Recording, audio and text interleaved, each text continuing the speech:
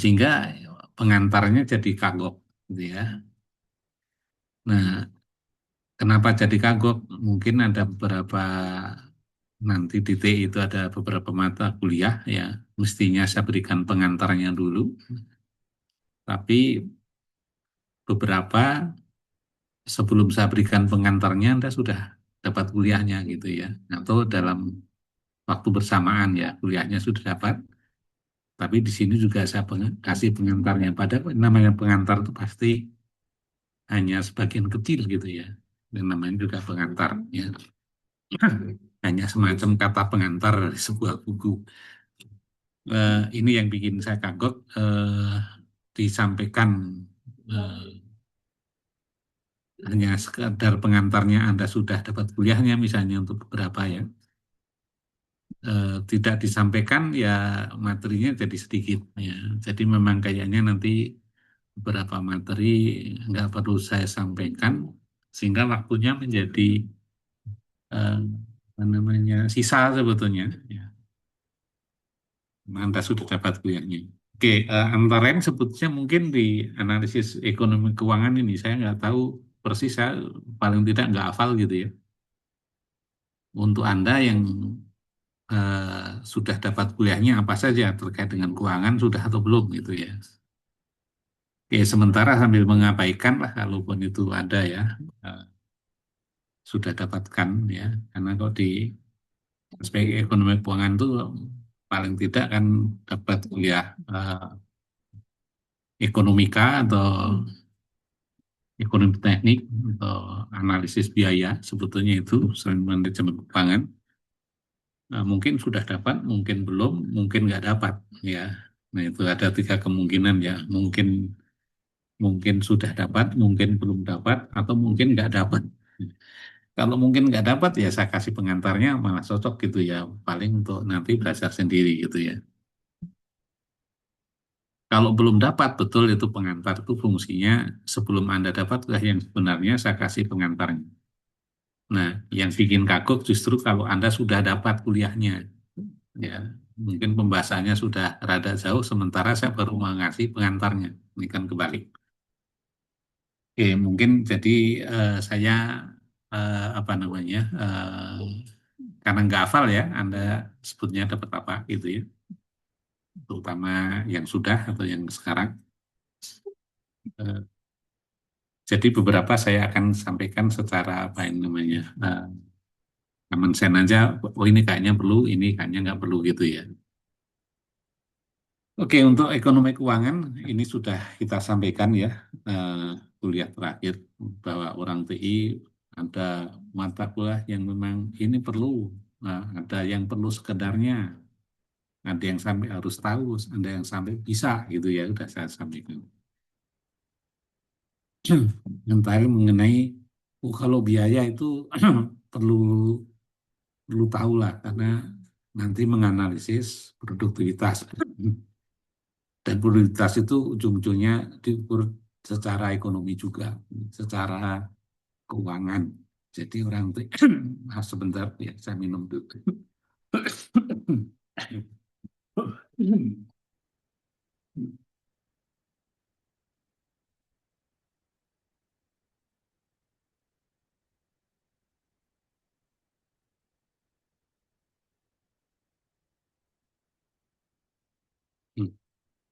Oke, jadi kok di eh, ekonomi itu orang TI perlu tahu banyak sebetulnya ya. Walaupun tetap ada yang perlu tahu sampai betul-betul tahu mendalam, ya. Ada yang cuman sekedar tahu. Tapi rada banyak yang perlu tahu. Karena apa? Tadi saya sampaikan, ya secara umum ya analisis produktivitas itu ujung-ujungnya adalah semuanya bisa dinyatakan dalam nilai uang. Ya, ini yang kenapa kemudian orang perlu banyak belajar mengenai ekonomi ya, yang akhirnya juga banyak yang kerjanya di uh, aspek itu gitu ya. Oke, yang sudah kita uh, sampaikan ini sudah ya, saya mengulang aja ya. Uh, Kalau kita balik kepada kita memperbaiki sistem, ya, memperbaiki sistem yang baik menjadikan sistem yang baik. Sistem yang baik itu yang mampu mencapai tujuannya dengan baik. Dan kalau kita kembali lagi ke pengertian dari sistem bisnis adalah sistem yang tujuannya cari untung, ya, profit tujuannya. Profit sebesar-besarnya itulah sistem bisnis. Ya. Sehingga kita memperbaiki sistem bisnis berarti memperbaiki tingkat profitabilitasnya. Karena kita tujuannya memperbaiki tingkat profitabilitasnya, ya berarti kita harus paham betul ini, tidak hanya sekedar asal tahu, ya, profit, ya. Karena kita mau memperbaiki berarti meningkatkan profit. Profit itu apa? Ya, profit itu adalah secara garis besar kan pendapatan dikurangi biaya-biaya. Artinya kita harus bisa menghitung. Nah, ini kita tidak sekedar tahu ya, tapi bisa menghitung. Profit artinya bisa menghitung pendapatan, bisa menghitung biaya-biaya. Kalau pendapatan ya secara kasar saja, pendapatan adalah eh, jumlah produk terjual kali harganya gitu, secara sederhana. Walaupun kalau produknya jumlahnya banyak macam-macam ya, variasinya macam-macam, harganya beda-beda, tentu saja nanti ada penjabarannya, tapi tetap pasti pendapatan adalah jumlah produk terjual kali harganya. Tapi terkait dengan biaya, ini unsurnya yang lebih banyak, ya. Sehingga memang kemudian kita perlu mempelajari dengan lebih baik, ya. Maka ada kuliah analisis biaya, ya, estimasi biaya, ya. Ada biaya produksi, ada biaya komersialisasi, ya. Ada biaya produksi, ada biaya bahan, ada biaya tenaga kerja, ya. Ada yang langsung gitu ya. Langsung itu ini sudah saya jelaskan ya. Langsung artinya langsung membentuk produk, langsung terlibat dalam proses membuat produk itu kalau tenaga kerja. Ada overhead itu biaya tidak langsung ya, tidak langsung membentuk atau menjadi bagian dari produk. Ya. Ini sudah saya jelaskan jadi hanya penekanan saja ya. Nah, minggu lalu sudah ya. Kemudian untuk selain produksi juga ada biaya komersialisasi. Komersialisasi adalah biaya-biaya selain biaya produksi. Ya. Selain biaya, selain kegiatan produksi ada urusan-urusan yang lain yang juga menimbulkan biaya. Ya. Yang secara keseluruhan itu semuanya adalah di dalam rangka untuk mendapatkan pendapatan, menghasilkan pendapatan. Ya, dengan cara menjual produknya, memasarkan produknya. Nah, maka dinamakan komersialisasi, kegiatan komersialisasi. Itu ada muncul biaya-biaya juga, ya. Biaya administrasi, biaya manajemen, ya. Sebetulnya di dalam uh, biaya administrasi, manajemen, pemasaran gitu ya, dan yang lain-lain juga ada, nanti ada bahan, ada tenaga kerja gitu ya, ada overhead, ya.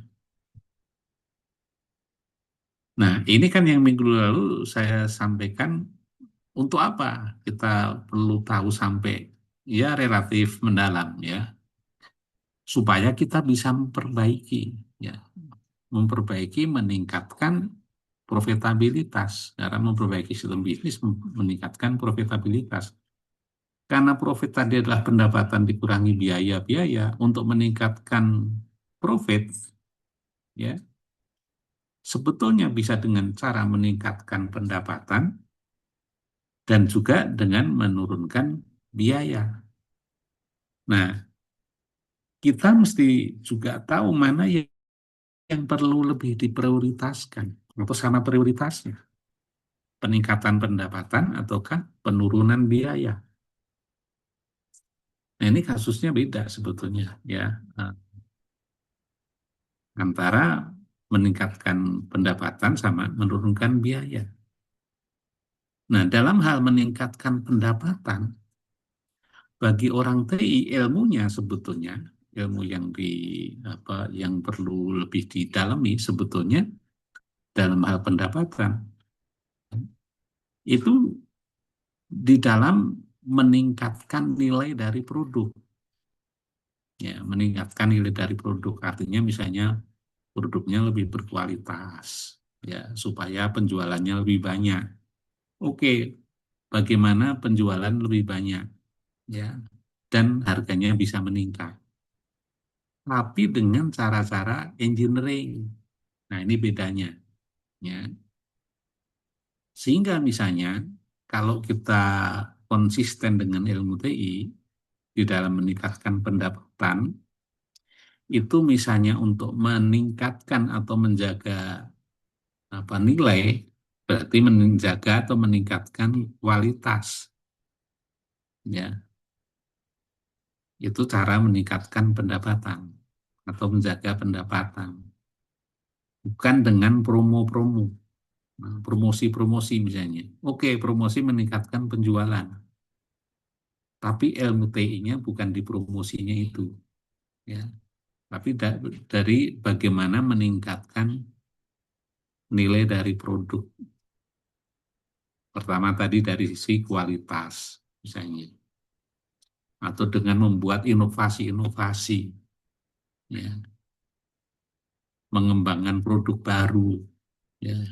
Nah, itu ilmu TI-nya ke sana, bukan tidak misalnya dengan tadi promo-promo apa pemasaran, ya. Mengarahnya bukan ke sana, walaupun kalau di dalam praktek banyak juga yang akhirnya ke sana, ya. Tetapi sebetulnya kalau konsisten di TI, ya, di dalam upaya meningkatkan profitabilitas dengan meningkatkan pendapatan, itu adalah dengan tadi meningkatkan kualitas, kemudian melakukan inovasi-inovasi pengembangan produk. Itulah peningkatan pendapatan oleh orang TI. Kalaupun itu peningkatan profitabilitas dilakukan melalui peningkatan pendapatan, ya. Tapi mungkin yang lebih banyak sebetulnya meningkatkan produktivitas dengan menurunkan biaya, ya. Maaf sebelumnya. Tadi di dalam meningkatkan pendapatan, ya, selain tadi meningkatkan eh, apa namanya kualitas dan juga melakukan pengembangan produk, juga di dalam meningkatkan, kalau kita balik lagi ke produktivitas, ya. Jadi dalam meningkatkan kapasitas dengan sumber daya yang ada. Misalnya apa? Misalnya dengan menciptakan sistem-sistem kerja yang bisa lebih produktif, lebih cepat, ya, ya, prosesnya bisa lebih cepat, ya, mengembangkan teknik metode, mempercepat proses, ya. Jadi secara kuantitas meningkatkan kecepatan proses, kemudian secara nilai meningkatkan kualitas dan inovasi. Ya, tadi ada yang kurang mengenai peningkatan produktivitas dalam wujud peningkatan jumlah produksi, ya, produktivitas, ya. Bukan, nah, ilmunya TI walaupun belajar pemasaran juga, tapi fokusnya atau yang diutamakan kalau meningkatkan pendapatan bukan dengan upaya-upaya pemasaran, misalnya promosi dan lain-lain. Benar, itu adalah cara meningkatkan pendapatan, tapi sebetulnya yaitu ilmunya pemasaran. Ya, ilmunya pemasaran. Kalau ilmu murni TI ya bukan di pemasarannya, tapi tetap harus paham pemasaran. Oke, itu dari sisi pendapatan, ya. Dari sisi biaya kan saya juga sudah sampaikan, tetap harus ada prioritas. Yang perlu lebih diturunkan biayanya itu apa? Komponen biaya apa? Apakah biaya bahan? Apakah biaya produksi ataukah biaya komersialisasi? Apakah biaya bahan ataukah biaya tenaga kerja ataukah biaya overhead? Ya, itu semuanya ini yang sudah sampaikan ya di minggu lalu mengenai eh, prioritas dalam meningkatkan produktivitas. Ya, yang sebetulnya ada ukuran-ukurannya dan memang kemudian kita menggunakan ukuran-ukuran nilai ya uang. Nah inilah orang PI belajar ekonomi keuangan ke arah sana. Ya. Nah, tentu saja nanti ini akan saya berikan tambahan sedikit hal-hal yang teknis ya, hal yang teknis yang terkait dengan hal ini ya, yang mungkin minggu lalu belum saya munculkan, termasuk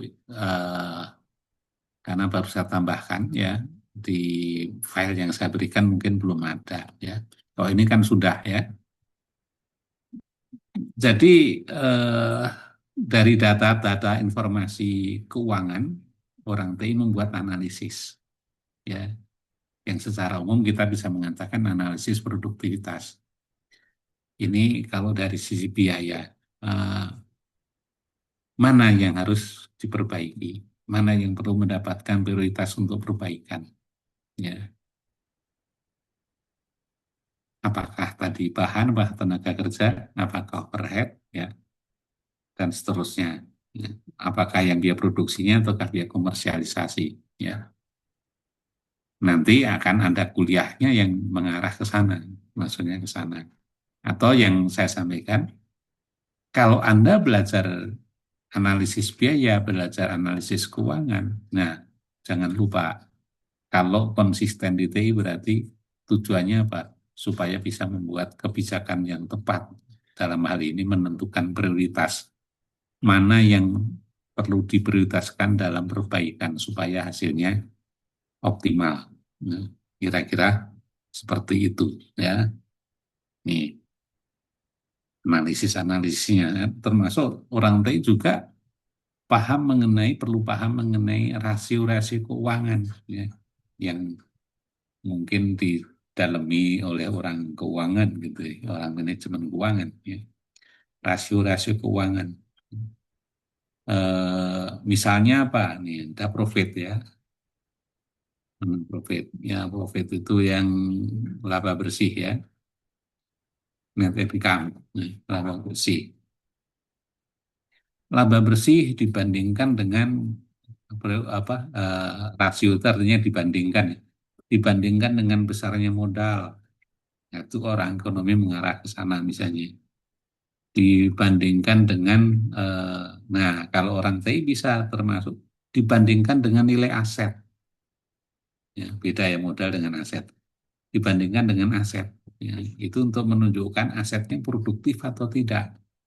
Ya, itu di dalam analisis produktivitas. Ya, kan ada aset nih. Kalau di maaf, oh nggak ada ya. Ini di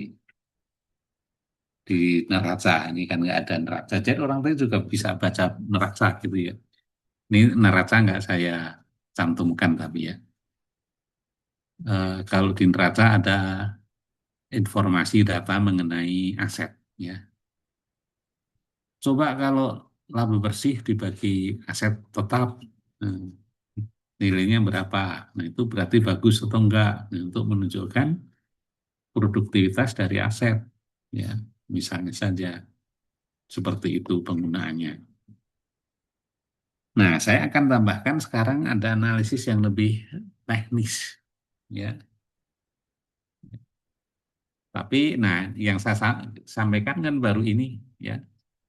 Ini sebetulnya dua konsep, dua apa namanya grafik yang saya jadikan satu, ya. Maka saya akan pisah ya, yang saya pisah belum saya sampaikan, belum sakit di file lama nggak ada ya. Ini juga analisis ekonomi ya, apa untuk perbaikan sistem bisnis ya, atau bahkan untuk penilaian sebelum bisnis dijalankan bisa juga. Ya, ada dua konsep ya yang mau saya sampaikan. Kalau di sini kan baru dituliskan ada konsep mengenai titik impas misalnya. Apa sih sebetulnya ini? Nah, ada dua konsep di dalam analisis ekonomi bisnis, ya, yaitu apa yang dinamakan break-even point. Kemudian yang satu lagi adalah skala ekonomis.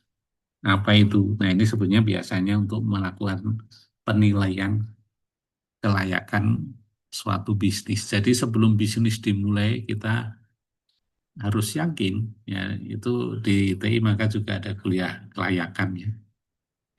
Sebelum kita menginvestasikan sejumlah dana, kita harus yakin dulu investasi itu bakal menguntungkan, ya. Jadi jangan buru-buru direalisasikan, diselidiki dulu bakal menguntungkan benar atau enggak, ya. Karena setiap melakukan investasi itu ada risiko untuk bukannya untung tapi malah buntung, ya. Modal nggak balik misalnya. Nah, itu ada analisis-analisis, ya. Salah satunya adalah analisis break-even, ya. Break-even ini untuk apa sih pengertiannya? Oke, pengertian dulu, ya. Analisis untuk mengetahui titik di mana jumlah penjualan impas menutup biaya-biaya. Jadi ini biasanya digunakan untuk menilai kegiatan investasi, ya, bisnis, ya, di mana produknya itu per unitnya itu biasanya nilainya besar, ya, nilainya besar. Kemudian biasanya produknya itu eh, mungkin sudah saya sampaikan di sistem produksi, ya, karena ada macam-macam sistem produksi. Ada yang disebut make to stock, ada yang disebut make to order. Make to stock itu kita harus mempunyai stok barang, mempunyai persediaan barang sebelum ada konsumen datang membeli. Itu make to stock, ya. Nah, ada yang make to order. Make to order itu harus ada order dari konsumen dulu, harus ada permintaan dari konsumen dulu, baru kemudian produksi dilakukan. Nah, itu make to order. Nah, ada misalnya suatu produk, ya, sifatnya make to order. Jadi ada pesanan baru diproduksi. Kalau nggak ada pesanan, nggak diproduksi.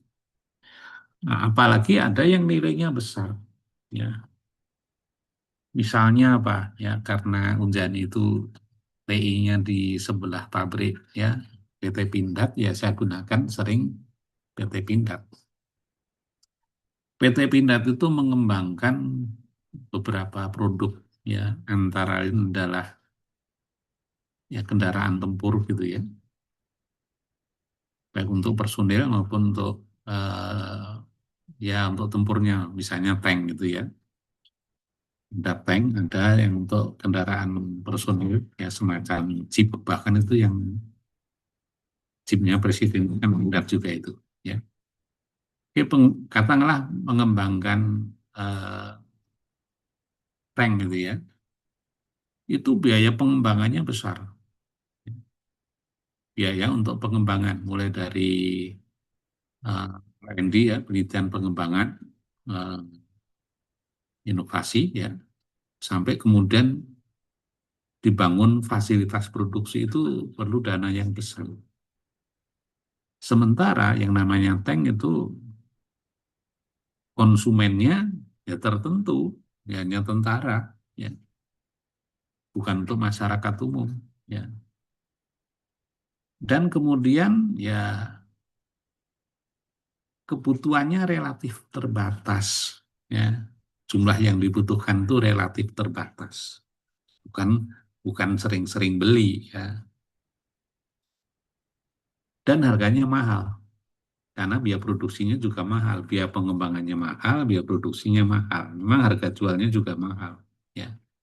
Nah, yang seperti itu tidak akan make to stock, ya. Produksi baru akan dilakukan kalau memang sudah ada permintaan yang pasti, ya, bahkan dengan kontrak. Ya. Nah, persoalannya adalah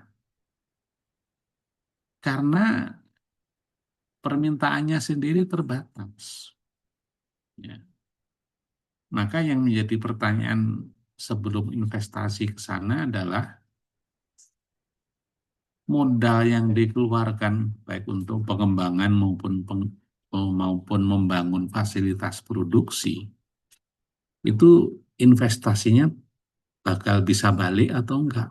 Nah, bisa balik tidaknya modal yang diinvestasikan itu bergantung kepada berapa banyak ya jumlah permintaan total dari konsumen ini, ya, seberapa banyak, ya. Karena kalau hanya batas tertentu, tidak sampai angka tertentu, itu modalnya nggak pernah akan kembali. Nah, itulah yang disebut break-even point,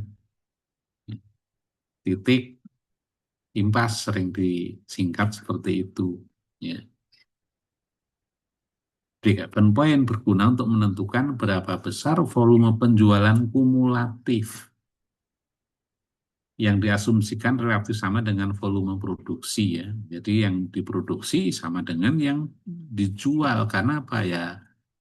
Sebelum ada permintaan dari konsumen ya belum diproduksi ya. Jadi kalau sudah diproduksi pasti sudah ada pembelinya. Nah, berapa jumlah permintaan ya kumulatif ya, jumlah produksi kumulatif, jumlah penjualan kumulatif minimal yang harus dicapai agar tidak mengalami kerugian. Tadi misalnya mengembangkan tank, kira-kira kalau total permintaan TNI itu hanya 100 biji gitu ya, bakal untung atau rugi. Untuk kok 200 bagaimana? Nah, kita harus bisa tahu berapa minimal. Itu yang disebut break-even point. Ya. Kalau tidak bisa mencapai angka BEP, nggak usah dilakukan produksi. Nggak usah dilakukan bisnis itu. Ya, nggak usah direalisasikan. Ya, itu BEP. Ya. Kriteria ini sering dipakai pada kasus di mana perusahaan akan mengembangkan produk baru yang mungkin dana pengembangan yang lebih besar yang bersifat make to order yang tadi sudah saya sebut ya, dan biasanya nilai produknya per unit juga besar. Jadi dia produksi besar, harga jual juga besar. Ini kalau kita gambar seperti ini.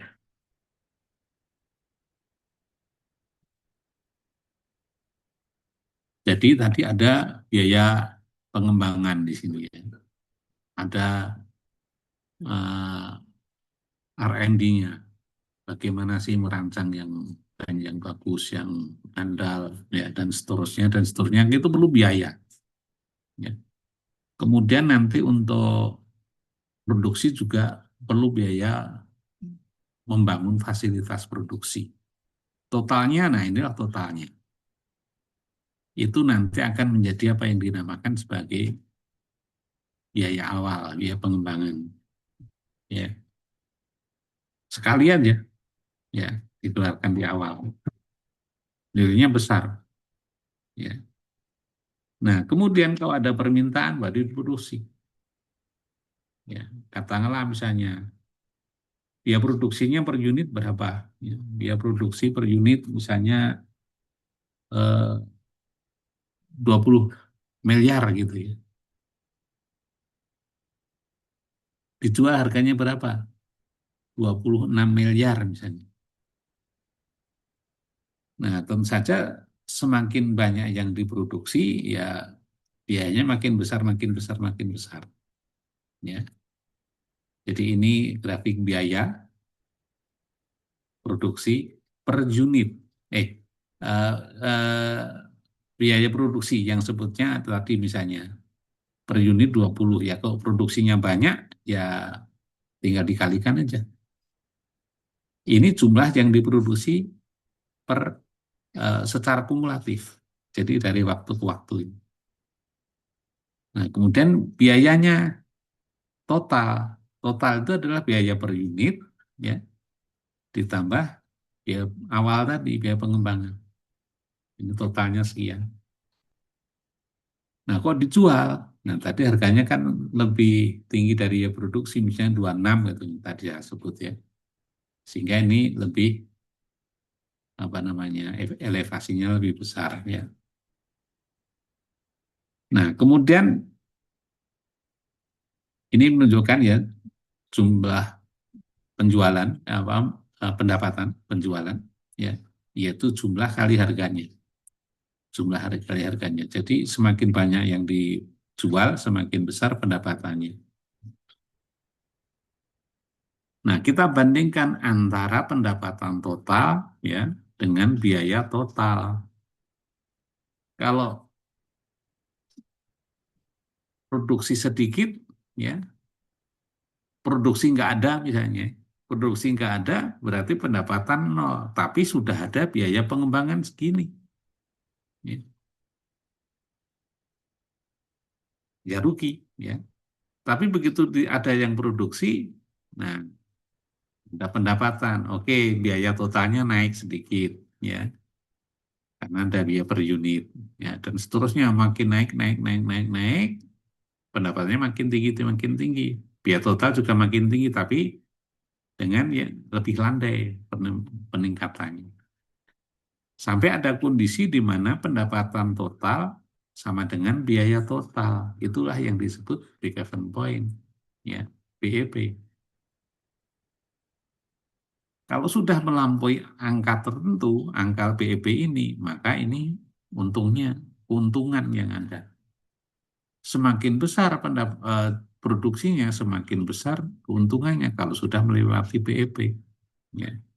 Semakin kecil, jauh semakin jauh dari BEP tapi lebih kecil, ya itu semakin besar ruginya. Nah, ini adalah analisis lebih digunakan sebelum keputusan investasi untuk bisnis ya, di mana produknya itu baru diproduksi kalau sudah ada yang membutuhkan, meminta, ya, yang tadi saya katakan sebagai make to order, ya. Dan juga biasanya nilainya tinggi.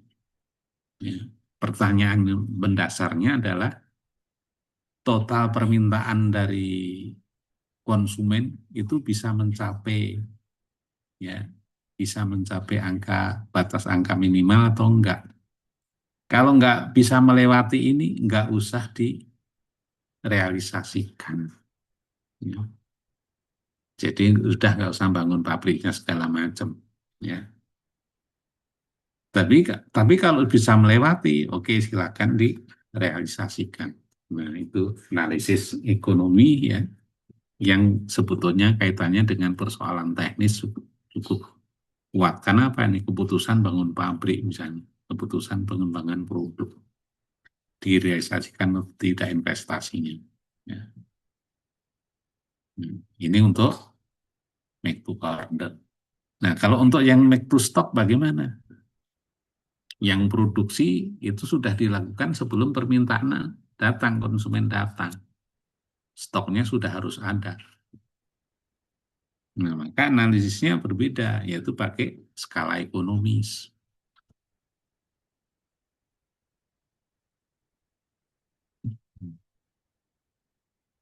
Apa itu skala ekonomis? Ya.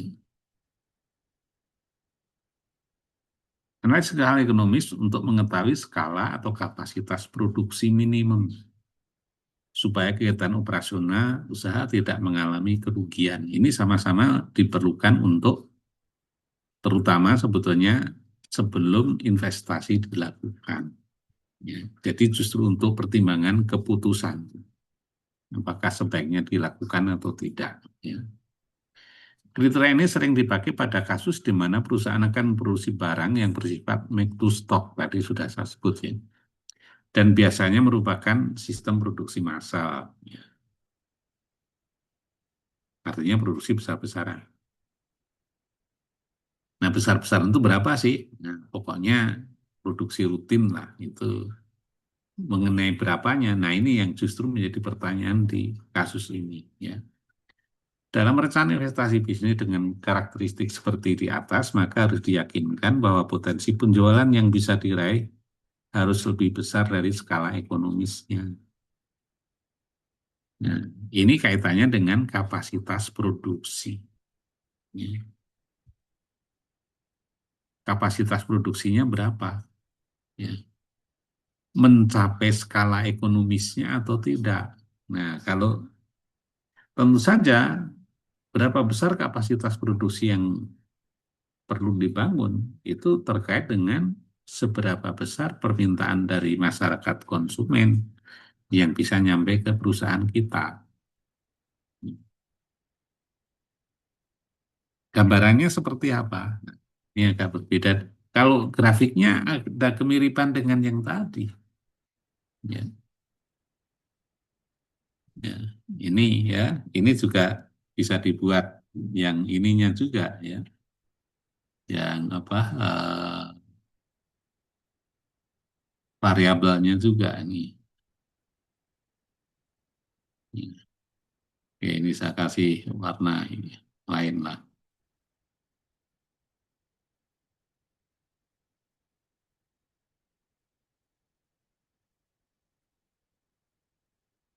Oke, misalnya ini ya.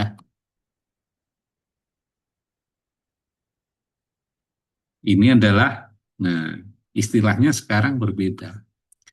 Kalau skala ekonomis adalah kapasitas produksi atau jumlah produksi ya minimal supaya untung. Ya. Walaupun ini made to stock artinya sebelum ada demand harus sudah produksi. Tapi jumlahnya berapa sih minimal? Nah ini. Misalnya saja kita mau bangun apa pabrik ya. Kita mau bisnis kemudian bangun pabrik yaitu pabrik misalnya eh, sendal gitu ya. Pabrik sendal jepit. Hmm. Produksinya berapa ya minimal supaya tidak rugi ya, supaya untung. Kalau sebulan bisa hanya bisa menjual 100 pasang kira-kira bakal untung atau rugi? Nah, itu pertanyaan. Atau minimal berapa sih supaya bisnisnya menguntungkan? Ya, minimal berapa? Jadi jumlah persatuan waktu, yaitu kapasitas. Yang nggak tahu sendal jepit berapa ya, makanya harus dihitung ada analisis ini. Atau ini produksi apa? Produksi keramik ya, keramik lantai misalnya. Produksinya berapa? Produksi terkait dengan kemampuan menjual ya. Bisa menjual berapa? Ya tergantung juga tadi permintaan masyarakat, tapi kan juga ada persaingan. Ya. Mampu menjual berapa? Wow, keramik ya misalnya, mampu menjual 1.000 meter persegi per bulan. Ya, 1.000 meter persegi per bulan. Berarti kalau per hari berapa itu? Misalnya sebulan hanya 24 hari, 25 hari ya untuk mudahnya. Itu hanya 40 meter persegi per hari. Ya, bisa untung enggak? Nah, kalau seperti itu barangkali mungkin seumur-umur enggak akan pernah untung. Nah, inilah analisis skala ekonomis. Kita perlu bisa atau harus menjawab kemampuan menjualnya persatuan waktu itu berapa. Dan harus itu melebihi angka tertentu. Angka tertentu yang disebut skala ekonomis, yaitu besaran jumlah produksi per waktu yang diasumsikan dengan sama dengan penjualan ya, minimal supaya bisa untung. Kalau kurang dari itu, nggak akan pernah untung, adanya rugi. Ya. Nah, ini yang disebut skala ekonomis. Contohnya apa? Tadi mungkin kalau pabrik keramik nggak kebayang, ya pabrik sendal mungkin juga jarang yang ini ya. Kita kita ini aja lah, kita ganti yang sederhana aja, ya, yang prosesnya kebayang, ya. Dan ini juga apa namanya, boleh juga tidak harus di sifatnya pabrik banget sih, ya. Mungkin akan lebih mudah kalau saya apa namanya ganti misalnya dengan kita jualan aja lah ya, tapi juga produksi ya, dalam arti membuat ya, misalnya Mbak jualan bakso, ya, jualan bakso, ya. Tapi tempatnya sewa, ya, tempatnya sewa. Nah, tempat sewa itu menjadi biaya tetap di sini, ya. Tempatnya sewa berapa? 10 juta per bulan. Hmm. Oke, jualannya tiap hari lah, sebulan 30 hari. Nah, tapi sewanya, oke, saya mudahkan. Sewanya 6 juta aja lah, 6 juta sebulan. Ya. Kemudian eh, untuk sewa tempat saja, ya 6 juta sebulan. Oke, beroperasi 30 hari per bulan lah. Itu kan berarti sehari harus bisa berapa? 6 juta dibagi 30. Sehari harus bisa menghasilkan 200.000 itu hanya untuk menutup tempat, menutup biaya sewa tempat. Katakanlah yang lain-lain itu nanti menjadi biaya variabel, ya. Bahan-bahan itu biaya variabel, ya. Jadi sehari harus bisa berapa mangkok. Nah, itu kan mirip dengan ini. Jumlah per satuan waktu. Sehari harus bisa berapa mangkok penjualan supaya biaya tetapnya, biaya sewanya ketutup. Terus setelah dihitung 6 juta per bulan sama dengan 200.000 per hari. Jadi harus dapat keuntungan bersih 200.000 per hari hanya untuk bisa menutup biaya tempat. Ya, artinya pokoknya biaya bahan-bahan semuanya ya eh, dihitung misalnya per mangkok berapa sih? Biaya produksi 10.000 ya, atau 8.000 lah, 8.000 aja ya. Biaya produksi 8.000 atau biaya pembuatan lah 8.000. Nanti harga jualnya per mangkok adalah 18.000. Itu untungnya per mangkok sudah eh, berapa? 10.000. Oke, mungkin selain tempat, ya, ada biaya tetap yang lain, yaitu pegawai. Ya, pegawainya juga dibayar per bulan. Ya, pegawainya misalnya eh, 2 orang, ya, 1 orang 1,5 juta atau kecil tapi ya, atau 2 orang ya, 2 orang 2 orang masing-masing. Kalau 3 juta kebesaran 4 juta ya, 4 juta ya. Berarti tadi 10 ya, 4 juta ditambah biaya sewa tempat 6 berarti 10 juta per bulan. Untungnya per mangkok adalah 10.000 karena biaya produksi 8 dijualnya 18. Per mangkok 10.000. Berarti dalam sebulan harus bisa berapa mangkok? Ya berarti 10 juta dibagi 10.000. Harus bisa 1.000 mangkok. Ya, 1.000 mangkok per bulan. Benar nggak hitungan saya? 10 juta dibagi 10.000. Ya, 1.000 mangkok nih. 1.000 mangkok per bulan. Kalau, oke, saya kurangi lagi sekarang. Nah, jualannya 25 hari aja lah per bulan. Biar gampang. Ya. Jadi 1.000 dibagi 25. 40. 40 mangkok per hari.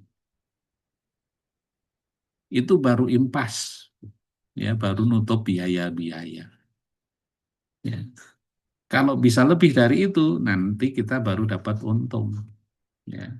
Kalau kurang dari 40 mangkok per hari, kita rugi. Maka pertanyaannya adalah, eh, yakin nggak bisa menjual 40 mangkok per hari?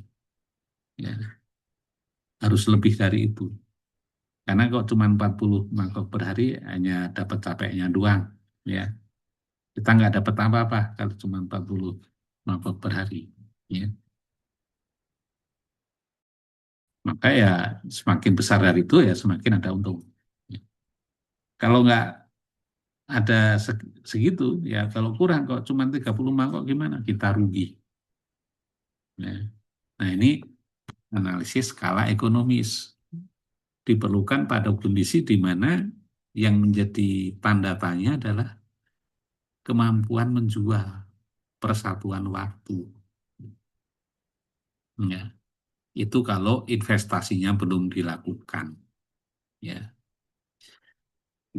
Nah, bagaimana kalau yang sudah berjalan? Kalau sudah berjalan berarti kita melakukan perbaikan. Dalam hal ini ya kita nggak bisa apa, oke, misalnya tadi ada meningkatkan penjualan, gimana caranya? Mungkin caranya tadi sudah saya sebutkan, apakah meningkatkan kualitas, lakukan inovasi, walaupun kayaknya kalau orang jualan bakso lebih kepada usaha pemasarannya. Nah, bisa nggak menurunkan biaya? Nah, biaya tetap atau biaya variabelnya yang bisa dan perlu diturunkan, ya, ataukah dua-duanya? Nah, itu yang analisis-analisis yang bisa dilakukan, ya. Nah, untuk industri mungkin akan kerasa untuk yang sifatnya pabrik. Bagaimana meningkatkan misalnya atau meningkatkan efisiensi, ya, menurunkan biaya. Ya, wajar nggak sih biaya tetapnya sekian? Wajar nggak biaya variabelnya sekian? Ya, itu yang harus dilakukan. Ya. Oke, ini adalah eh, contoh-contoh analisis, contoh yang lebih teknis ya, analisis ekonomi yang, nah, orang TI, nah, orang TI kalau dalam hal ini harus bisa, ya, bukan sekedar pengetahuan, maka saya sampaikan. Kalau yang hanya sekedar pengetahuan mungkin nggak perlu saya sampaikan dalam pengantar gitu ya. Oke, ini ada variasi sebetulnya. Ya, variasinya yang di atas tadi sebetulnya. Ya, ini variasinya. Nah, sebetulnya ini biasanya bentuknya bukan garis lurus, tapi garis lengkung. Variasinya itu. Ya.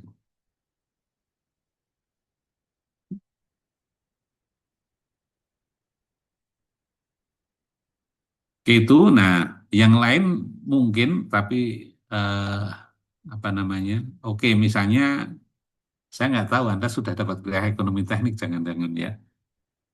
Kalau udah ekonomi teknik ya ini nggak perlu ya. Ini contoh yang lain masalah keuangan, ekonomi keuangan yang perlu diketahui orang TI adalah kalau ini kaitannya dengan ekonomi teknik ya, bahwa uang itu mempunyai nilai waktu, artinya uang dengan nilai nominal yang sama tapi di waktu yang berbeda itu nilainya berbeda.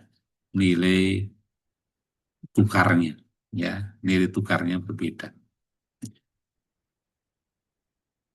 Sehingga di dalam melakukan hitungan-hitungan keuangan, ya, yang terkait dengan periode waktu yang berbeda, nah, kita harus mengenal yang namanya ekonomi teknik. Mungkin Anda sudah dapat kuliah, jangan-jangan ya. Kalau sudah sebenarnya nih nggak perlu lagi saya jelaskan. Ya. Karena hanya prinsipnya saja. Ya. Ini langsung ke ilustrasi aja, contoh sederhana. Kalau misalnya kita ya mau bisnis ya bisnis angkutan aja lah ya angkutan barang ya dengan membeli truk untuk angkutan barang ya berapa harganya 250 juta misalnya saja ya. Sekarang adalah tahun ke-0 ya. Nah, angka tahun yang atas abaikan aja ya, 0 ya. Nah, kemudian itu truknya kita sewakan. Dari penyewaan itu misalnya ya per tahun bisa dapat tahun pertama bisa 32 juta, tahun kedua bisa meningkat 2 juta karena ada tarif yang berubah lah. Misalnya seperti itu. Kemudian juga ada biaya, ya biaya pajak, biaya perawatan, 8 juta per tahun misalnya. Dan kalau sudah 6 tahun, itu bisa dijual lagi, ya, bisa laku masih 150 juta. Nah, misalnya ilustrasinya seperti ini. Nah, kok seperti ini sebetulnya kita untung atau tidak? Untungnya berapa besar?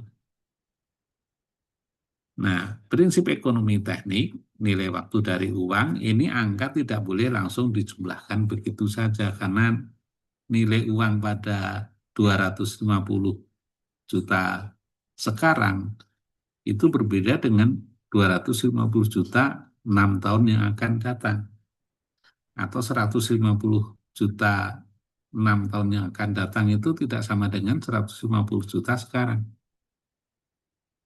Sepadanannya berapa? Sepadan dengan berapa? Nah, itulah ekonomi teknik. Ekonomi teknik itu matematika dari nilai waktu. Ya. Jadi 100 sekarang sama dengan berapa 10 tahun yang akan datang.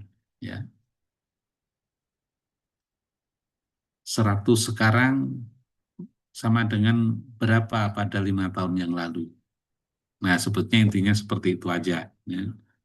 Tapi ini kemudian dipakai karena kalau investasi itu meliputi waktu yang panjang, maka orang TI juga harus tahu, harus paham, bisa menggunakan, menerapkan konsep ekonomi teknik ini, ya, karena memang mempengaruhi uh, kinerja dari sistem bisnis yang akan kita lakukan. Yang biasanya ini kita gambarkan dengan apa yang disebut sebagai ini diagram aliran kas, ya, cash flow. Ini investasi 250, kemudian ada biaya 8 juta per tahun, ada pendapatan 32, 34, dan seterusnya. Kemudian ada nilai jual kembali. Nah, ini sebetulnya sama dengan berapa secara neto sekarang. Kalau semuanya ini diubah jadi nilai sekarang, nah, present value istilahnya, itu sama dengan berapa, positif atau negatif. Nah, jadi sebetulnya untungnya berapa. Itu ilustrasi saja ya, ini dari kuliah ekonomi tekniknya. Jadi enggak kita bahas berikutnya ya. Apalagi mungkin Anda jangan-jangan sudah dapat kuliahnya, saya nggak tahu ya. Nah ini kan pakai ini ya, prinsip ini ya. Tapi nggak perlulah ini ya. Oke mungkin gitu aja ya. Jadi karena saya merasa rada tanggung ini dijelaskan ya. Karena Anda sudah barangkali sudah kuliah ya. Oke. Saya yang mau ditanyakan mungkin lebih ke Punten Pak, sini. ada mau Ya, nanya sedikit Pak. ya. Sebenarnya kita tuh belum dapat ekonomi teknik, cuman Oh untuk belum. adanya Ya, analisis dan pengendalian biaya dari Paragil Pak, yang mirip mungkin ya Pak. Bagaimana? Ada kita tuh dapatnya analisis dan pengendalian biaya sih dari para agil, Pak. Oh gitu, analisis Heeh. pengendalian biaya. Mm, ya mungkin mirip lah Pak. Cuman yang mungkin Nah, mau saya tanyakan agak spesifik tuh tadi soal analisis BEP. Se BEP. ya analisis BEP itu dengan feasibility study atau dengan project summary sebenarnya sama nggak sih Pak? BEP itu terlalu terlalu summary. BEP itu kan hanya kesimpulan, salah satu kesimpulan aja. Kalau di kelayakan itu lebih luas lagi, kan dibahas semua sampai detail. Jadi mungkin, nah kalau kalau di misalnya kelayakan tadi ya, Iya nah, Pak. tadi yang ditanya kelayakan ya. Ya feasibility study itu saya bahasa Ya, Indonesia kurang visibility kelayakan ya Pak tadi ya. itu ya Uji kelayakan, kelayakan. Oke. visibility tadi itu kelayakan.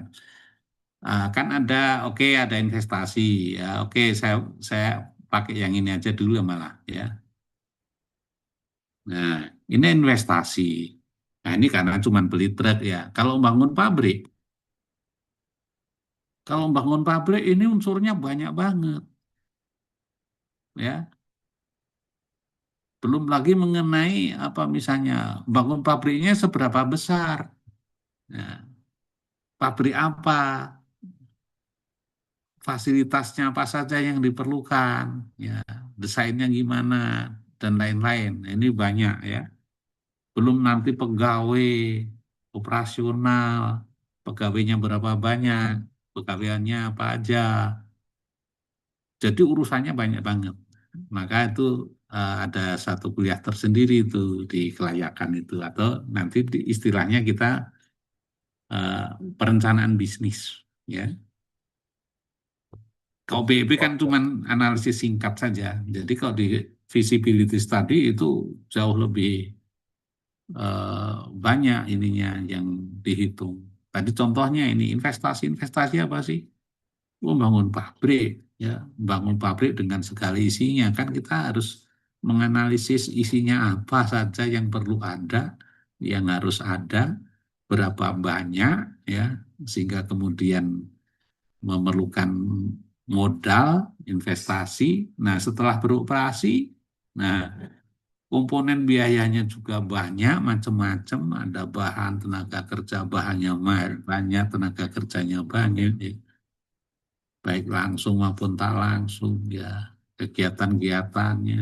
Nah, ini unsurnya banyak, termasuk nanti penjualannya gimana, bisa dapat penjualan berapa banyak. Jadi kalau di visibility study, kalau di TI nanti akan banyak unsurnya. Bahkan mungkin eh, kita mengistilahkan namanya kalau di TI visibility study itu masuk di dalam perencanaan bisnis ya, analisis Baik Pak. perencanaan bisnis. Itu komponennya banyak sekali sehingga berbagai mata kuliah itu terkait dengan analisis perencanaan bisnis atau perencanaan analisis perencanaan bisnis itu terkait dengan beberapa mata kuliah ya, itu jadi satu di sana ya. Jadi seperti itu. Kalau BEP tadi hanya analisis singkat saja ya. Kalau BEP ini tadi hanya analisis singkat ya. Baik baik Pak. Salah satu yang menjadi pertimbangan visibility study adalah bisa jadi BEP paling gitu. Hmm. Betul Pak, Kalau di seperti tabulasi juga itu sebenarnya saya kan suka bagian aset Pak, ada investasi. Bener Pak, truk atau mobil itu ya dihitung masa pakainya berapa lama, pengeluaran tiap Oh tahunnya iya, nanti iya, berapa lama. iya, iya, itu terus terang saya juga mengajar perencanaan bisnis ya. Itu bisa mau kalau kalau mau saya tunjukkan materinya ya ya bolehlah untuk ini ya. Eh, Materinya mau yang apa ini ada sekian aspek ya. Peluang bisnisnya, kemudian aspek pasar, teknis itu fasilitasnya apa saja, berapa banyak, proses produksinya gimana, urutannya gimana gitu ya, organisasi, berapa tenaga kerjanya apa saja, berapa banyak, diorganisirnya seperti apa, pembagian tugasnya gimana gitu ya. Kalau BEP tadi hanya salah satu dari kriteria kelayakan saja. Nah, ini salah satu kelayakan itu ini kriterianya ada banyak ya. Profitabilitas, ROE, ROA, PV, ya, payback period. Nah, BEP itu hanya salah satu aja dan belum tentu dipakai. Hanya pada kondisi tertentu lah perlu analisis BEP. Ya. Nah, yang lebih lengkap kan seperti ini. Nah, ini bahkan analisis kelayakan yang lengkap ini ya. Ini dulu saya pernah terlibat dalam pengerjaan analisis visibility study gitu. Nah, ini ini langsung ke ininya aja. Apa ya?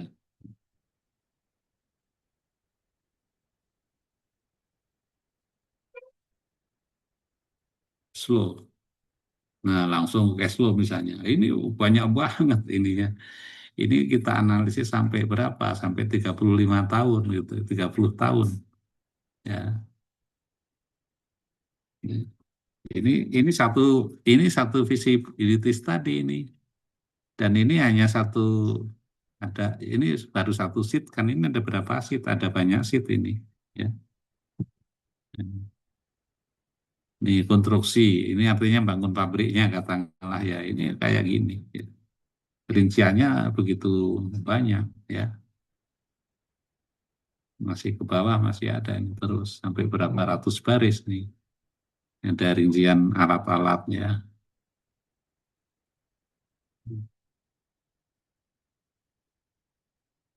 Ini ini alat masih alat-alat ini juga fasilitas. Nah, nanti ini kalau Anda semoga dapat adalah di analisis perencanaan bisnis. Itu di dalamnya termasuk visibility study ya. Ini operasional ya. Nih biaya-biaya komponennya segitu banyak gitu ya. Kayak gitu ya. Baik, Pak, baik. Ada lagi yang mau ditanyakan?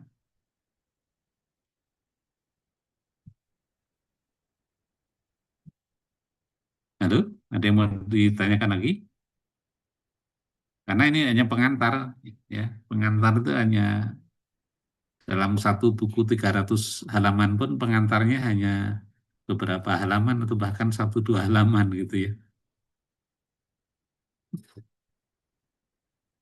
Oke, kalau nggak ada kita sudahi. Berarti untuk minggu depan saya akan lebih fokus ke ngasih ilustrasi-ilustrasi sajalah. Ya.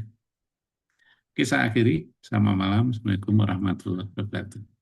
Waalaikumsalam Waalaikumsalam. warahmatullahi Terima kasih, wabarakatuh. Waalaikumsalam Pak. warahmatullahi wabarakatuh. Terima kasih, Pak. Terima kasih, Pak. Terima kasih, Pak.